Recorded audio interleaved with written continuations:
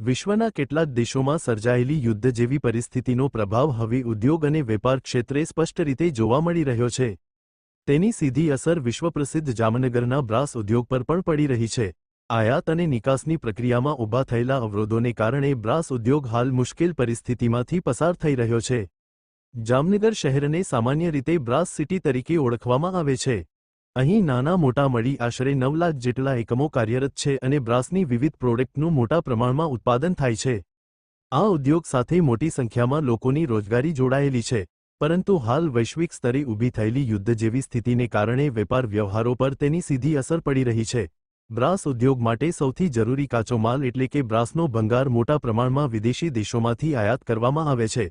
સામાન્ય રીતે આ ભંગાર Kuwait, Bahrain, UAE, Saudi Arabia અને ઓમાન જેવા દેશોમાંથી જામનગરમાં આવે છે, પરંતુ હાલ આ દેશોમાં સર્જાયેલી પરિસ્થિતિને કારણે આયાત પ્રક્રિયામાં અવરોધ ઊભો થતા કાચા માલની અછત સર્જાઈ છે।